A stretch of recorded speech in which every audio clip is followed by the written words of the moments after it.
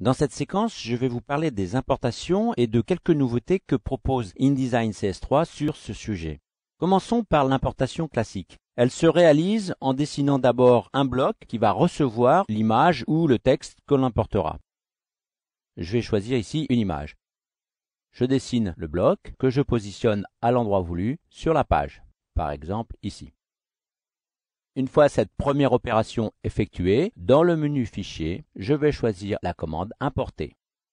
Son raccourci est CTRL-D ou Commande-D sur un Macintosh. Dans cette fenêtre, je vais choisir d'utiliser la boîte de dialogue d'Adobe. Celle-ci me permet, en réglant ici, de choisir de visualiser les vignettes, ce qui est plus pratique pour choisir un fichier. Je vais prendre celui-ci. Avant de cliquer sur Ouvrir, je vais cocher cette option pour que l'image se place dans le bloc que j'ai dessiné.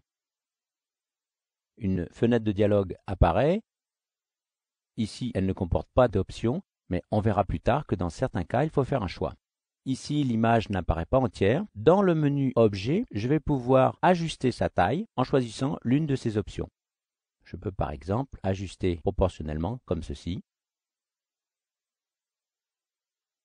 ou avec cette option. InDesign CS3 propose une nouvelle fonctionnalité, celle-ci, qui permet de choisir la façon dont InDesign CS3 va ajuster l'image dans le bloc. Par défaut, il n'y a pas d'ajustement, mais en cliquant sur ce triangle, je peux sélectionner un type d'ajustement. Vous constatez avec ce choix qu'une zone blanche apparaît ici, mais en changeant le point de référence, je pourrais la positionner à un autre endroit. De la même façon, si je choisis cette option, l'image risque d'être recadrée et je pourrais choisir, grâce à ce point de référence, quel côté va être recadré. Nous allons voir maintenant une autre importation dans laquelle je ne vais pas préparer de bloc. Donc je commence par désélectionner celui-ci. Dans le menu Fichier, je lance la commande Importer. Je vais choisir cette image. La fenêtre d'options apparaît. Et j'aperçois maintenant une vignette qui me visualise l'image que je vais importer. Si je clique, celle-ci apparaît avec sa taille de fabrication. En tapant CTRL-D ou Commande-D sur un Mac, je vais faire un autre type d'importation avec cette fois-ci un texte. Il s'agit d'un texte RTF. Je n'ai pas besoin ici des options d'importation. Je vais donc les décocher.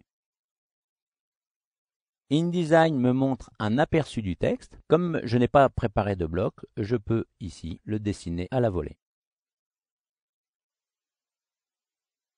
Éventuellement l'agrandir par la suite. Après ces deux importations simples, nous allons voir maintenant une importation multiple. Il s'agit là d'une nouveauté de la version d'InDesign CS3. Avant de la réaliser, j'ai besoin de dessiner des blocs. Donc je vais commencer par créer un premier bloc que je vais positionner ici. Puis par duplication avec la touche Alt enfoncée, je vais faire une copie ici. Encore une autre à côté. Puis deux autres légèrement décalés. Maintenant que j'ai les blocs prêts, je relance l'importation.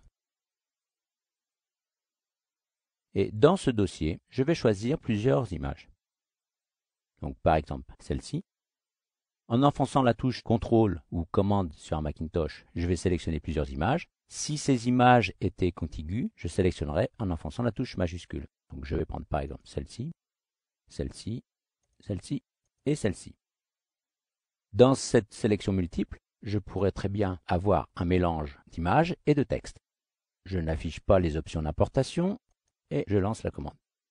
Vous voyez que cette fois-ci, je vois apparaître une vignette avec un chiffre qui m'indique le nombre d'images que j'ai importées.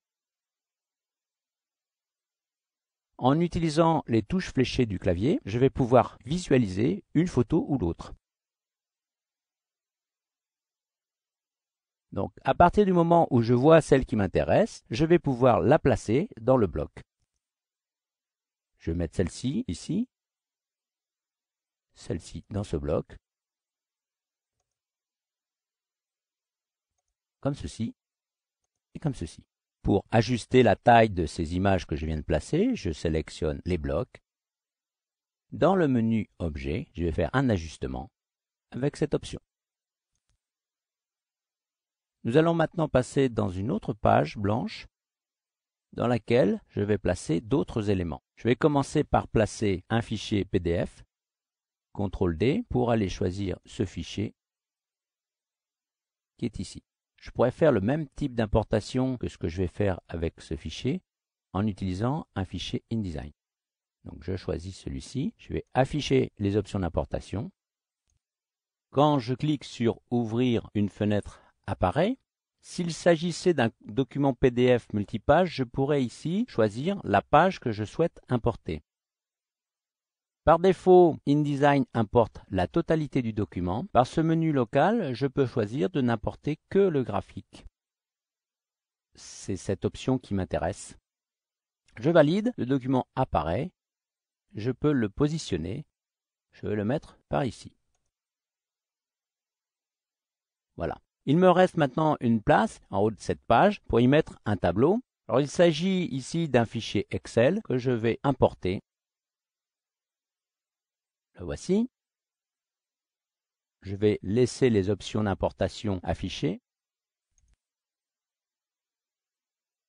Les voici. Donc je peux, lorsque j'importe un fichier Excel, choisir d'importer avec ou sans mise en forme. Ici, je ne vais pas prendre la mise en forme. Nouveauté d'InDesign CS3, ici. Vous voyez que si vous avez préparé des feuilles de style, vous pouvez demander à ce que InDesign les applique en même temps qu'il importe le tableau.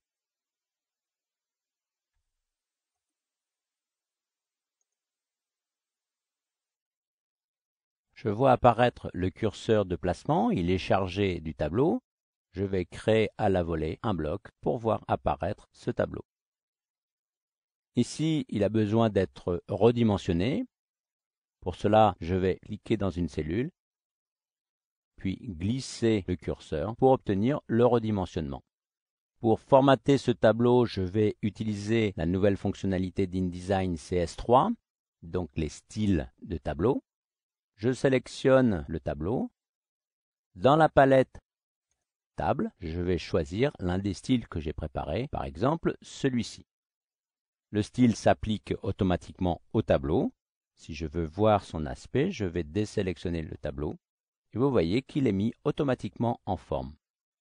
Ce petit ici m'indique que le tableau n'est pas complet. Je pourrais, comme on le fait avec un bloc texte, chaîner ce tableau vers une autre page. Je vais terminer ici cette séquence d'importation sur InDesign CS3. Vous avez vu qu'elle propose de nouvelles fonctionnalités intéressantes.